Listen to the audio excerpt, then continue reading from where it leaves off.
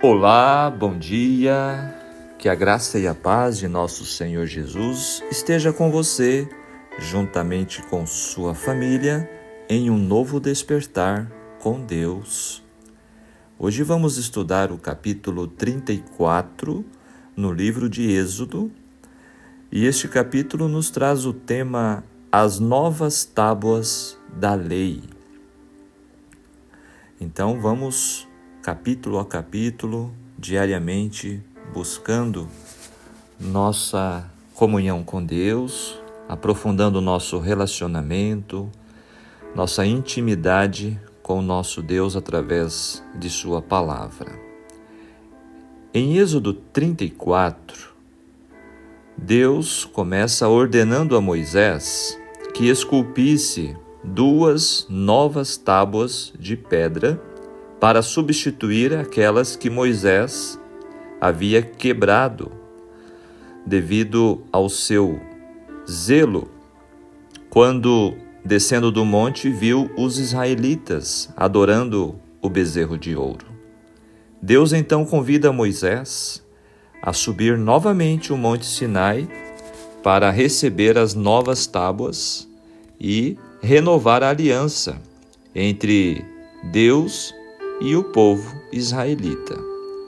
Isso inclui instruções sobre como adorar a Deus, como observar o sábado e como celebrar as 3 principais festas do ano. O capítulo termina com Moisés descendo a montanha e falando com os israelitas sobre a aliança e os mandamentos que Deus lhes dera. Então, como eu falei no estudo de ontem, este capítulo também é de extrema importância, muito profundo, porque nos traz esta renovação, na verdade, né? A renovação daquela aliança que fora feita anteriormente, quando Moisés subiu pela primeira vez o Monte Sinai. Agora Moisés novamente ele vai passar 40 dias e 40 noites ali no monte com Deus e novamente ele vai passar em jejum esse período, sem comer e sem beber, como da primeira vez. Olha, é um capítulo muito interessante. É importante, lembrando, que você faça a sua leitura na Bíblia com muita atenção e oração. E então, juntos, vamos aprofundar o nosso entendimento, agora através dos comentários. O verso 1, a ordem para lavrar 2 tábuas de pedra, é uma demonstração da grande misericórdia divina. Por quê? Porque apesar da situação provocada pelo povo, no momento em que Deus estava instruindo Moisés a respeito da adoração e do tabernáculo, o Senhor deu aos israelitas uma nova oportunidade. Mais uma vez, ele os orientaria acerca do caminho idôneo. Então, o verso 2, a misericórdia de Jeová é vista em sua aquiescência ao pedido de Moisés por uma experiência ainda mais próxima do que a que o profeta tinha com o Deus vivo. E nos versos 13 e 4, como na preparação do povo, lá no capítulo 19, o aviso novamente para que ninguém subisse o monte com Moisés foi feito com o propósito de proteger os desatentos ou os curiosos, que morreriam caso pisassem no solo sagrado. Então, no verso 5, como no capítulo 19, este versículo descreve uma epifania. O que é isto? A aparição do Senhor em uma grande descida ao encontro do ser humano. Como nas outras vezes, o povo viu a nuvem, a qual Moisés sabia que era o símbolo visível do Deus vivo perante ele. O Senhor proclamou seu nome a Moisés, expressando o seu caráter, suas maravilhas e sua misericórdia, como comentamos também no capítulo de ontem. Agora o verso 6 nos diz que, passando o Senhor. O nome do Senhor representa seu caráter, que, segundo essa descrição, tem 3 qualidades fundamentais, que são misericórdia, justiça e verdade. Coloca-se grande ênfase sobre a misericórdia, pois o relacionamento de Deus conosco está baseado exatamente na misericórdia. Ela foi especialmente importante naquele momento em que o povo tinha perdido o favor divino, que não seria restaurado não fosse sua misericórdia. Na revelação do caráter de Deus a Moisés, o Sinai proclama não apenas a lei divina, ou seja, a justiça, mas também apresenta a sua graça. Esse fato prova que não tem fundamento a noção popular de que o Sinai representa a justiça somente e não a misericórdia. A excelsa proclamação da graça feita no Sinai, de modo algum anulou a lei, nem impediu a justiça divina. Em vez disso, esclareceu a relação de uma com a outra. Olha que importante entendermos este aspecto do caráter de Deus, justiça e misericórdia. Numa crise posterior, Moisés recordou a Deus do equilíbrio entre justiça e misericórdia proclamado nesta ocasião. Moisés pediu para ver a glória de Deus, e essa foi a resposta de Deus. O que é a glória de Deus? Eu te pergunto. A glória de Deus é o seu caráter, sua natureza, sua maneira de se relacionar com suas criaturas. Note que Deus não deu a Moisés uma visão do seu poder e majestade, mas do seu amor.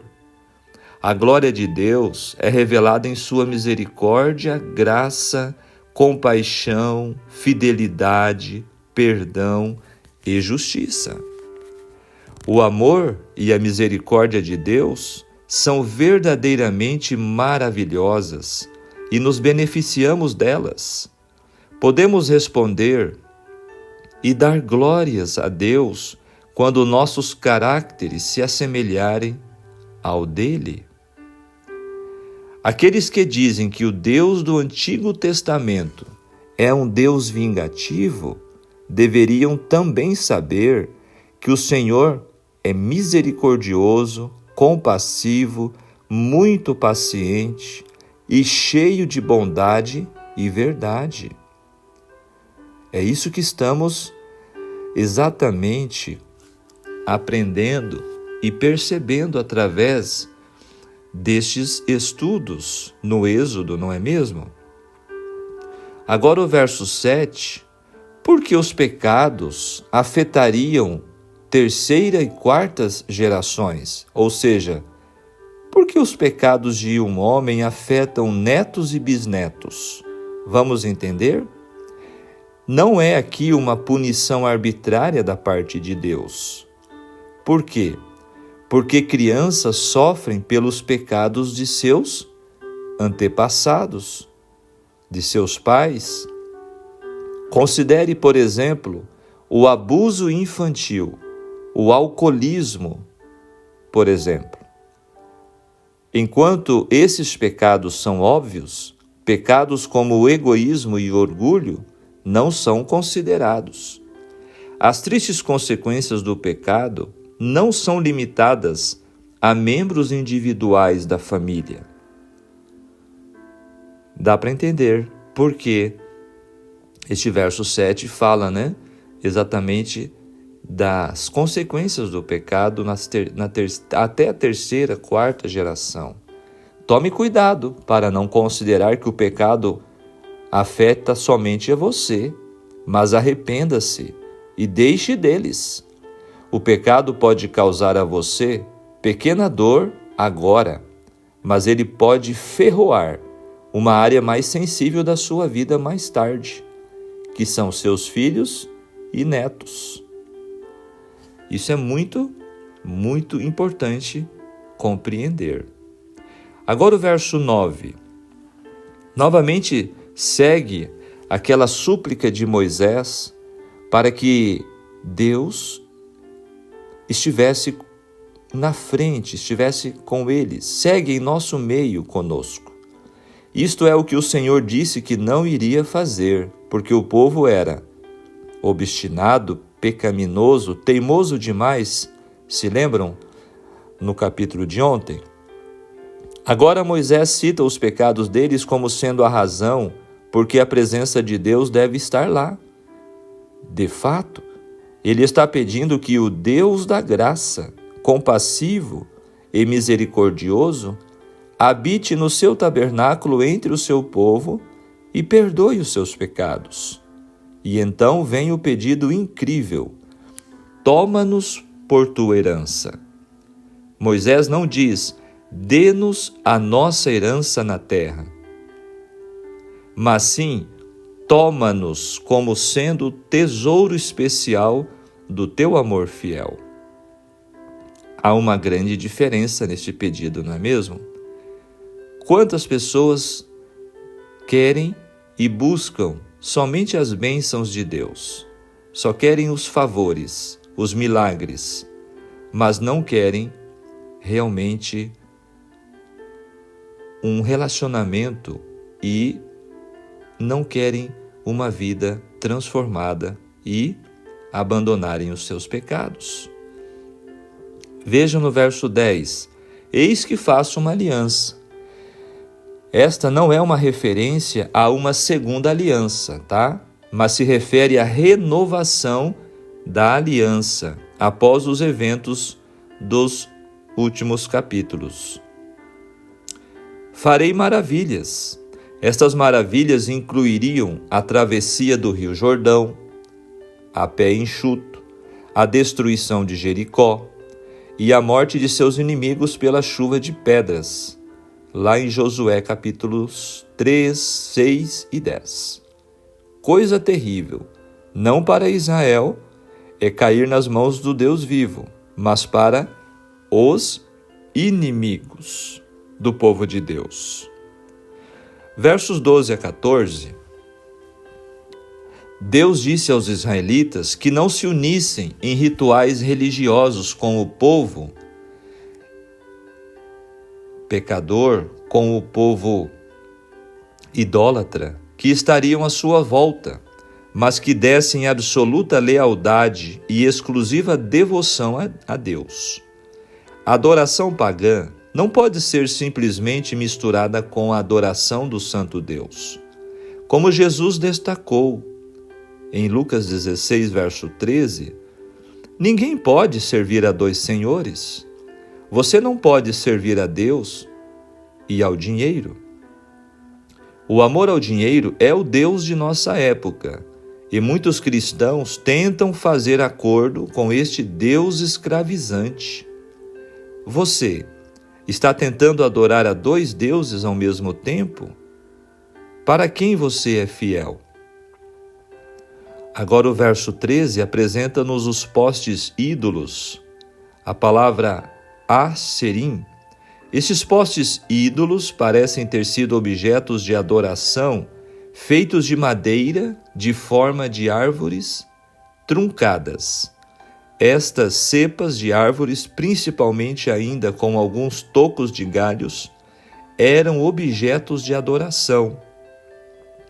Os postes de Azerá eram postes de madeira que existiam junto dos altares a Baal. Azerá era a deusa consorte, como se fosse esposa de Baal. Representava boa sorte na agricultura e fertilidade. era uma idolatria muito comum em Canaã.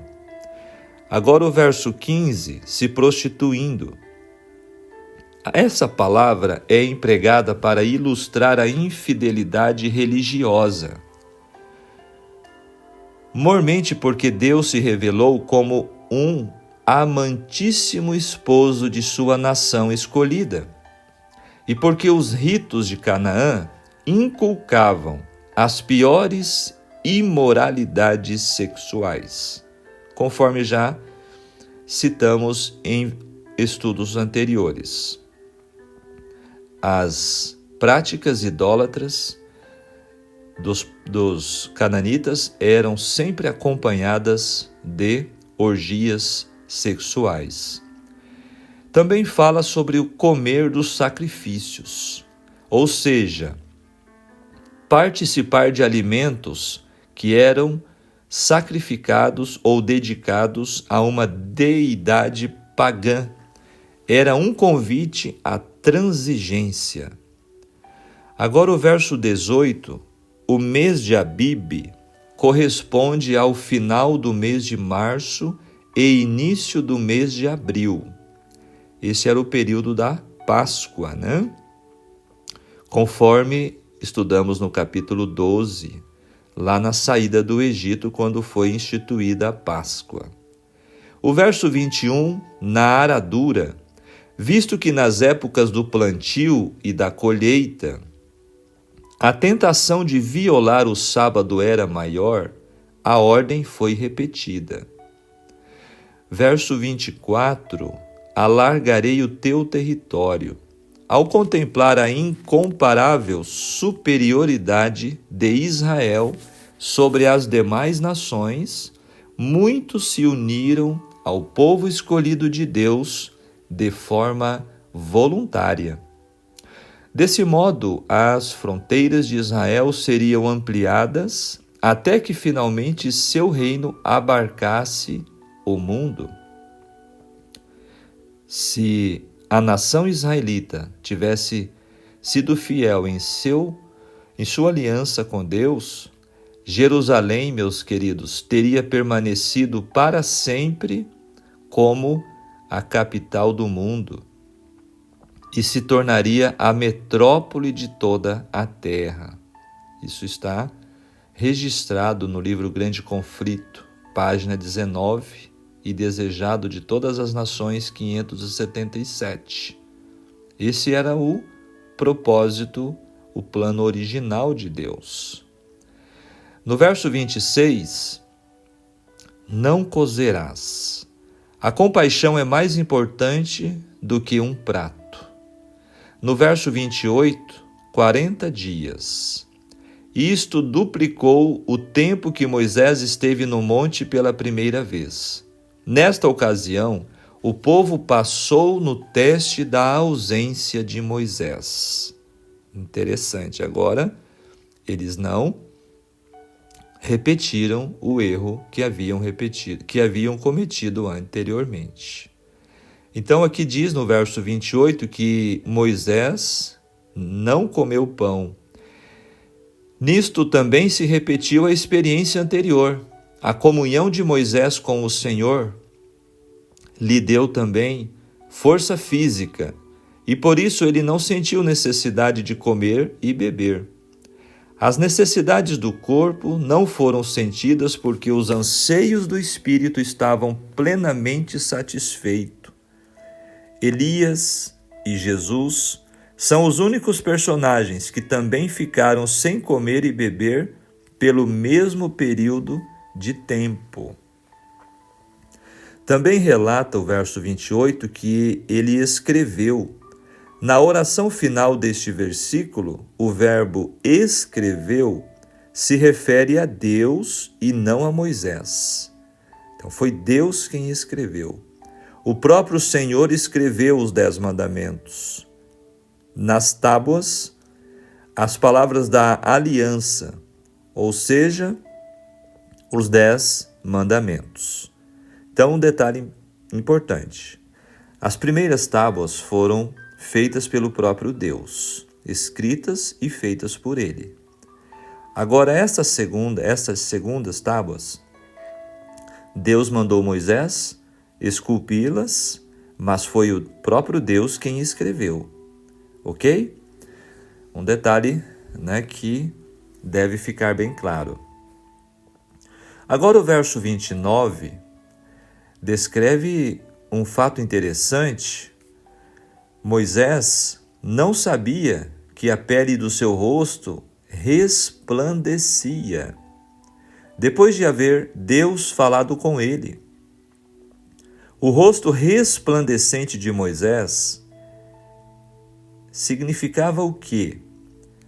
Era um reflexo da glória divina.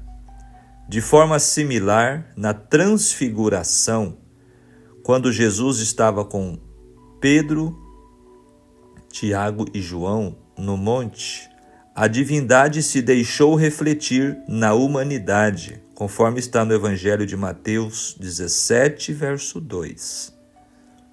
Na ocasião anterior em que Moisés havia estado com Deus, não ficou em seu rosto nenhuma marca visível da presença divina, lá no capítulo 24. Esta diferença se devia em parte ao fato de ele ter passado por uma terrível prova e com essa experiência amarga tinha se tornado um homem melhor, mais puro e apto para a íntima comunhão com seu Deus. E em parte ao fato também de o povo estar arrependido em vez de em rebelião. Tudo contribuiu para que isso acontecesse, percebem? Moisés tinha demonstrado devoção, coragem e zelo ao refrear a apostasia. Aquele que está cheio do Espírito de Deus reflete o glorioso caráter de Deus. Dos que vivem próximo a Deus, emana uma influência que, embora não percebam, como aconteceu a Moisés, tem notável efeito sobre outros. Olha que destaque. Aqui, aplicando para nós. Então, aqueles que buscam, como Moisés, essa intimidade com Deus, através de uma comunhão íntima, vão refletir, sem perceber, o glorioso caráter de Deus. Vão refletir a glória de Deus. O ser humano não é tão impressionado com aquilo que um cristão se esforça para conseguir, mas com o que o cristão consegue de forma inconsciente. Achei muito interessante e importante esse detalhe. Agora, continuando os versos 28 a 35, a face de Moisés brilhava após passar ele tempo com Deus. O povo podia claramente ver a presença de Deus nele. Aí vem a pergunta: quão frequentemente eu e você passamos um tempo a sós com Deus em nossa vida, em nosso dia a dia? Qual tem sido a nossa frequência de passar um tempo a sós com Deus? Apesar de sua face não iluminar um quarto, o tempo passado em oração e lendo a palavra de Deus, a Bíblia, meditando, teria um tamanho efeito em nossa vida que as pessoas saberiam que nós estivemos com Deus. Olha que lição, meus queridos. E também um importante requisito para que possamos buscar. O verso 33, tendo Moisés acabado de falar. Enquanto Moisés dizia ao povo tudo o que o Senhor lhe falara, sua face estava descoberta. A partir de então, ele passou a usar um véu sobre o seu rosto quando na presença do povo. O ato de cobrir o rosto com o véu tem um significado, sabia? Aponta para Jesus Cristo, que velou a sua divindade com a humanidade. Ou seja, quando Jesus veio a este mundo e viveu entre os seres humanos, ele também velou a sua glória, representando este véu que Moisés precisou usar, porque o povo sentia medo. Assim, Jesus, a fim de que pudesse estar com o ser humano. Se o Filho de Deus tivesse vindo na glória do céu, os pecadores não teriam resistido à sua presença. Mas como Filho do homem, ele podia associar-se livremente com os pecadores e prepará-los para a restauração à imagem de Deus. Por isso eu falei no estudo de ontem que estes 2 capítulos, eles são profundos em nos trazer realmente ensinamentos preciosos, impactantes sobre o caráter de Deus e o privilégio de podermos nos aproximar deste Deus tão maravilhoso e de recebermos, assim, os efeitos da presença e do poder e da glória de Deus nas nossas vidas. É muito profundo, não é mesmo? Vamos ainda aprofundar, através do espírito de profecia, deste capítulo, a aliança renovada. A divindade proclamou a respeito de si: Jeová, o Senhor, Deus misericordioso e piedoso, tardio em iras e grande em beneficência e verdade, que guarda a beneficência em milhares, que perdoa a iniquidade e a transgressão e o pecado, e que ao culpado não tem por inocente. Moisés apressou-se, inclinou a cabeça à terra, encurvou-se. Assim foi esse momento descrito no capítulo 34. Novamente rogou que Deus perdoasse a iniquidade de seu povo e os tomasse como sua herança. Sua oração foi atendida. O Senhor graciosamente prometeu renovar seu favor para com Israel e em prol deles operar maravilhas, quais não tinham sido feitas em toda a terra, nem entre gente alguma. 40 dias e noites, Moisés permaneceu no monte, e durante este tempo, como a princípio, foi miraculosamente alimentado. A homem algum foi permitido subir com ele, nem durante o tempo de sua ausência, ninguém deveria aproximar-se do monte. Por ordem de Deus, preparara 2 tábuas de pedra e levara-as consigo ao cume. E outra vez o Senhor escreveu nas tábuas as palavras do concerto, os 10 mandamentos. Durante aquele prolongado tempo, despendido em comunhão com Deus, a face de Moisés refletira a glória da presença divina. Sem o saber, seu rosto resplandecia com uma luz deslumbrante quando ele desceu do monte. Tal luz iluminou o rosto de Estevão, quando fora levado perante os seus juízes. Então todos os que estavam assentados no conselho, fixando os olhos nele, viram o seu rosto como o rosto de um anjo. É o que está escrito em Atos capítulo 6, verso 15. Arão, assim como o povo, recuava de Moisés, e temeram chegar-se a ele.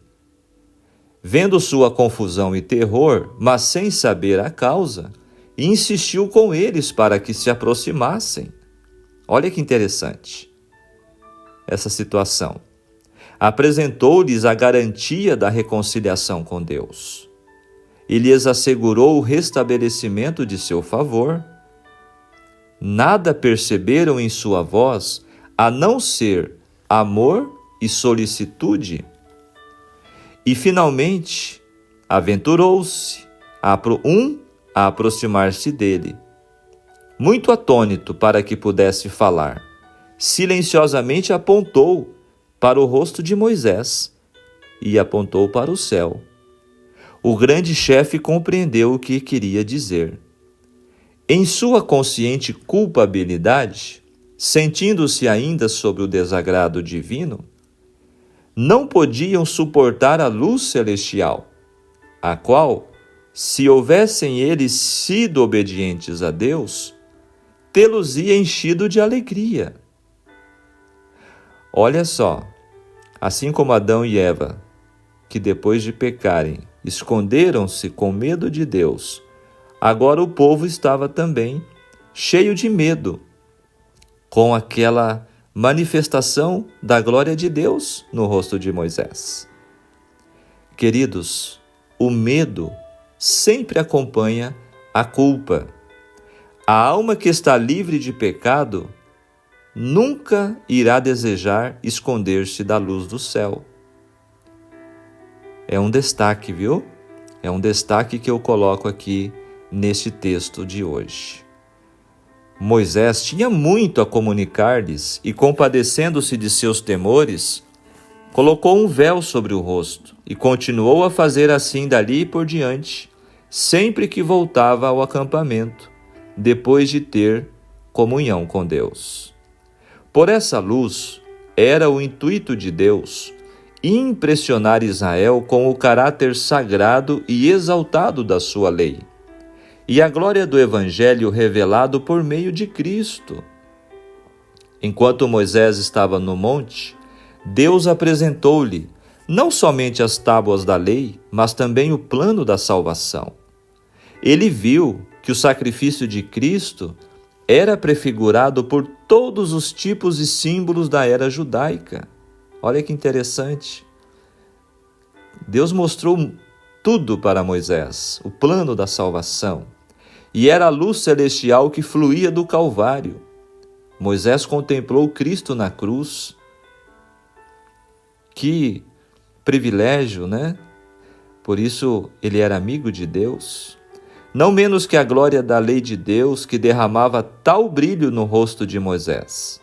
Aquela iluminação divina simbolizava a glória da dispensação de que Moisés era o mediador visível, representante do único verdadeiro intercessor. A glória refletida no semblante de Moisés ilustra as bênçãos a serem recebidas pela mediação de Cristo, meus amados, pelo povo que guarda os mandamentos de Deus. Essa experiência de Moisés, ela também pode ser minha e sua. Essa experiência pode ser nossa experiência. Ela testifica de que quanto mais íntima for a nossa união com Deus e mais claro o nosso conhecimento de suas ordens, tanto mais plenamente nos adaptaremos à divina imagem e mais facilmente nos tornaremos participantes da natureza divina. Gente, isso aqui é muito profundo, é muito maravilhoso. Quanto mais íntima for a nossa união com Deus, mais nos tornaremos semelhantes a Deus. Moisés era um tipo de Cristo. Como intercessor de Israel, velou o rosto, porque o povo não podia resistir ao ver a glória do mesmo. Assim, Cristo, o mediador divino, velou sua divindade na humanidade quando veio à terra, conforme já falamos. Se tivesse vindo revestido do resplendor do céu, não poderia ter obtido acesso aos homens em seu estado pecaminoso. Estes não poderiam suportar a glória de sua presença. Você sabia? Portanto, ele humilhou-se e foi feito em semelhança humana, na carne do pecado, para que pudesse chegar até a raça decaída e levantá-la. Texto do Patriarcas e Profetas, a partir da página 329. Texto maravilhoso. Vale a pena ler, reler e ouvir novamente, né? Agora vamos aplicar o estudo de hoje, este capítulo tão especial para nossas vidas. Embora o Deus Todo-Poderoso e Santo se ire devido à sua total intolerância ao pecado, essa ira revelada serve para acentuar ainda mais a riqueza de sua bondade, misericórdia e compaixão com o pecador miserável. No livro de Êxodo, conscientizamo-nos de que quanto melhor compreendermos a essência do caráter do Deus libertador, mais motivados os adoradores deverão estar para cultuá-lo. Cada capítulo vai esclarecendo que a doxologia aceitável a Deus é aquela que é orientada e pautada, tendo por base a teologia pura e correta. Para isso, desde as primeiras páginas do livro do Êxodo, o próprio Deus vem revelando mais e mais o seu caráter extraordinário, visto inclusive em sua estratégia inicial de tirar Israel do Egito de forma pacífica, solicitando ao faraó deixar seu primogênito cultuá-lo no deserto. Caso houvesse resistência, haveriam consequências. Foi isso que vimos. 9 assustadoras pragas deveriam servir de advertência ao faraó, o qual em sua ignorância destruiu o Egito e em sua dureza de coração não pensou em seu primogênito como Deus pensava no dele. Além dessa bondade de Deus com o obstinado faraó, era notória a riqueza de sua bondade e compassivo cuidado com os aflitos israelitas, os quais desconheciam o Pai amoroso que tinham. Ao revelar-se cada ato seu era importante, sua demonstração de amor era gritante. Ao conhecer a sua graça, cada pecador deveria motivar-se a uma adoração contagiante. Assim, amados, quanto mais conhecemos a Deus, nosso louvor deve ser cada vez mais vibrante. Quanto mais intimamente estivermos de Deus, mais radiante será nossa adoração. Ao lavrar segunda vez os 10 mandamentos, após Moisés ter despedaçado as primeiras tábuas, Deus revelou-se compassivo, clemente, longânimo e grande em misericórdia e fidelidade. A prostituição espiritual afeta a adoração e nossa vida.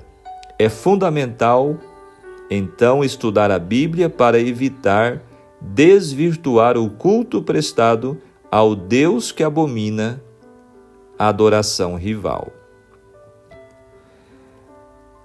Realmente precisamos refletir com muita atenção em todo o contexto deste capítulo e dessas narrativas, não é mesmo?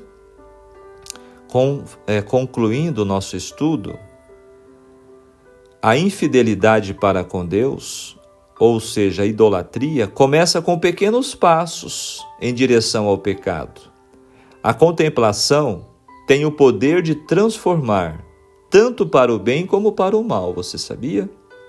Jesus mesmo disse: são os olhos a lâmpada do corpo.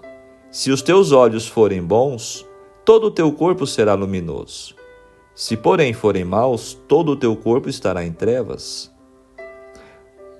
Nós aprendemos hoje, então, que Moisés estava sempre a contemplar o Senhor e suas obras, o seu caráter, sempre a buscar mais de sua presença, sempre perseverando em avançar no conhecimento de Deus e de sua vontade. E foi esta contemplação e busca incansável que todos viram que a pele do seu rosto resplandecia de santa consagração. Amados, Deus faz brilhar a sua face na face de todo aquele que verdadeiramente o invoca e confia em suas promessas. Foi assim com Moisés, foi assim com Jesus e, como vimos, com Estevão também. E está escrito para o nosso tempo que servos de Deus, com o rosto iluminado, a resplandecer de santa consagração, apressar-se-ão de um lugar para outro para proclamar a mensagem do céu. Queridos, essa experiência de Moisés, ela vai se repetir nos fiéis de Deus nesses últimos dias. Por milhares de vozes em toda a extensão da terra será dada a advertência. Isso está no livro Grande Conflito 611. Queridos, em sua intercessão por nós, Jesus também declarou que a vida eterna é esta, que te conheçam a ti, o único Deus verdadeiro, e a Jesus Cristo a quem enviaste. Portanto, fechando o nosso estudo, conhecer a Deus, eis a chave que nos abrirá os portais da eternidade. Que enquanto aqui estivermos, neste mundo, perseveremos em crescer neste conhecimento que transforma, que ilumina e que salva. Vigiemos e oremos. Amém? Que Deus seja louvado, que Deus possa abençoar de forma especial cada um de nós que estamos acompanhando e refletindo neste estudo de hoje. Realmente são lições profundas que nós recebemos, não é mesmo? E eu quero deixar 4 detalhes aqui para fechar com chave de ouro, para que reflitamos. Não vale a pena correr em vão pela glória deste mundo. Primeiro ponto, não vale a pena. Moisés deixou a glória do Egito para conhecer a glória de Deus. Segundo ponto, a glória deste mundo pode vir embrulhada numa sedução satânica. É isso que Satanás faz. Ele embala o pecado numa embalagem bonita, mas ali está o veneno do pecado e da morte. Terceiro, Deus pode nos recompensar aqui pela fidelidade ao seu trabalho, como recompensou Moisés. E quarto, a posse da glória de Deus é uma conquista espiritual. Por isso, como Moisés, nós precisamos deste relacionamento profundo e real com Deus através da comunhão. Agora vamos orar. Maravilhoso Deus e querido Pai Celestial, muito obrigado, Senhor, pelo despertar de um novo dia. Muito obrigado, Senhor, por podermos refletir no seu caráter maravilhoso através do estudo da sua palavra. Muito obrigado, Senhor, porque Tu és um Deus de justiça e também de misericórdia. Nós não somos merecedores, mas o Senhor está sempre pronto a nos perdoar, a nos resgatar e a renovar a sua aliança conosco.